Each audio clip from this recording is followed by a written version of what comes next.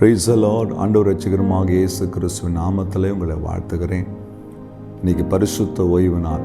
தேவாதி தேவனை ஆராதிக்க ஆயத்தமாயிட்டீங்களா? இன்னைக்கு ஆண்டவர் உங்க கூட பேச போறார். சங்கீதம் 100 2ஆம் வசனம். மகிழ்ச்சியோடு கர்த்தருக்கு ஆராதனை செய்து ஆனந்த சத்தத்தோடு ஒரு சந்நிதி முன் வாருங்கள். ஆண்டவரை எப்படி ஆராதிக்கணுமா? மகிழ்ச்சியோடு ஆராதனை செய்யணும். நீங்கள் போகிற சபையில் ஆண்டவரை மகிழ்ச்சியோடு ஆராதனை செய்கிறீங்களா? வாயை திறந்து கர்த்தரை துதிக்கிறீங்களா? ஒரு ஆமேன் அல்லேலூயா சொல்கிறீங்களா? உங்களை நீங்களே கேள்வி கேளுங்க. சில பேர் சபையில் போய் ஏதோ பறி கொடுத்த மாதிரி அப்படியே உட்காந்துருப்பாங்க. எப்படி வராங்களோ அதே போல் திரும்பி போவாங்க. ஆண்டவர் உங்களை ஒரு நோக்கத்திற்காக தன்னுடைய சபைக்கு கொண்டு வருகிறார். என்ன கொண்டு வருகிறார்? தாவீது சொல்லும் பொழுது, ஆலயத்தின் சம்பூர்ணத்தினாலே கர்த்தர் என்னை திருப்தியாக்குகிறார் என்று சொல்லுகிறார்.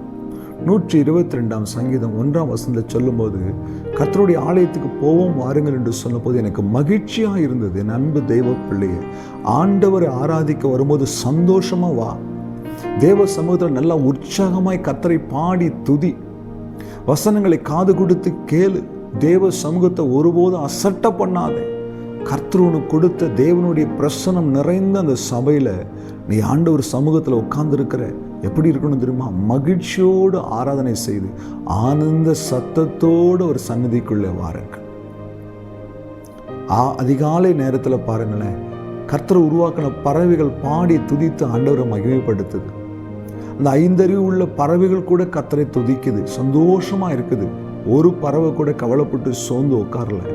ஆனால் நாம் என்ன செய்கிறோம் தெரியுமா? தேவ சமூகத்தில் அப்படியே உட்கார்ந்துருக்கிறோம். எல்லாத்தையும் இழந்து போன நிலைமையில் இருக்கிற மாதிரி இருக்கிறோம். நம்மளை விட மோசமான கொடுமையான உயிருக்கு போராடி கொண்டிருக்கிற நாளைய தினத்தை குறித்து நிச்சயம் இல்லாத கோடிக்கணக்கான ஜனங்க இந்த உலகத்தில் இருக்கிறாங்க. சகோதரி சகோதரனே, புரிந்து கொள்ளுங்க. ஆனால் கர்த்தர் உங்களுக்கு ஜீவனை கொடுத்து, சுகத்தை கொடுத்து, பிள்ளைகளை கொடுத்து, வீட்டை கொடுத்து உங்களை ஆசீர்வதிக்கிறார். ஆனால் சபையில் நீங்கள் எப்படி இருக்கிறீங்க? ஆண்டவரை துதிக்கிறீங்களா? ஆனந்த சத்தத்தோடு அவரை துதிக்கிறீங்களா? மகிழ்ச்சியோடு அவர் ஆராதனை செய்கிறீங்களா? அந்த மகிழ்ச்சி உங்கள்கிட்ட இருக்குதா? இல்லைன்னா இன்னைக்கு நீங்கள் ஆராதனைக்கு போகும்போது தேவ சமூகத்தில் ஜெபிச்சு, ஆண்டவரே அந்த பரலோக மகிழ்ச்சி எனக்கு தாங்கப்பா, நித்திய காலமாக இந்த பரலோகத்தில் உண்மை துதிக்க போகிறேனே, அதுக்கான ஆயத்தத்தை எனக்கு தாங்கப்பான்னு சொல்லி ஜெபிச்சுட்டு போங்க. கர்த்தர் உங்களை ஆசீர்வதித்து நடத்துவார். கண்களை மூடி ஜெபிக்கலாமா? எங்களை நேசிக்கிற நல்ல தகப்பனே, உடைய வார்த்தைகளுக்காக ஸ்தோத்திரம். இன்றைக்கு உம்மை ஆராதிக்கிற ஒவ்வொரு பிள்ளைகளும் ஆனந்த சத்தத்தோட மகிழ்ச்சியோடு உம்மை ஆராதிக்க உதவி செய்யும். இயேசு கிறிஸ்துவின் நாமத்தில் பிதாவே, ஆமென். அல்லேலூயா. God bless you.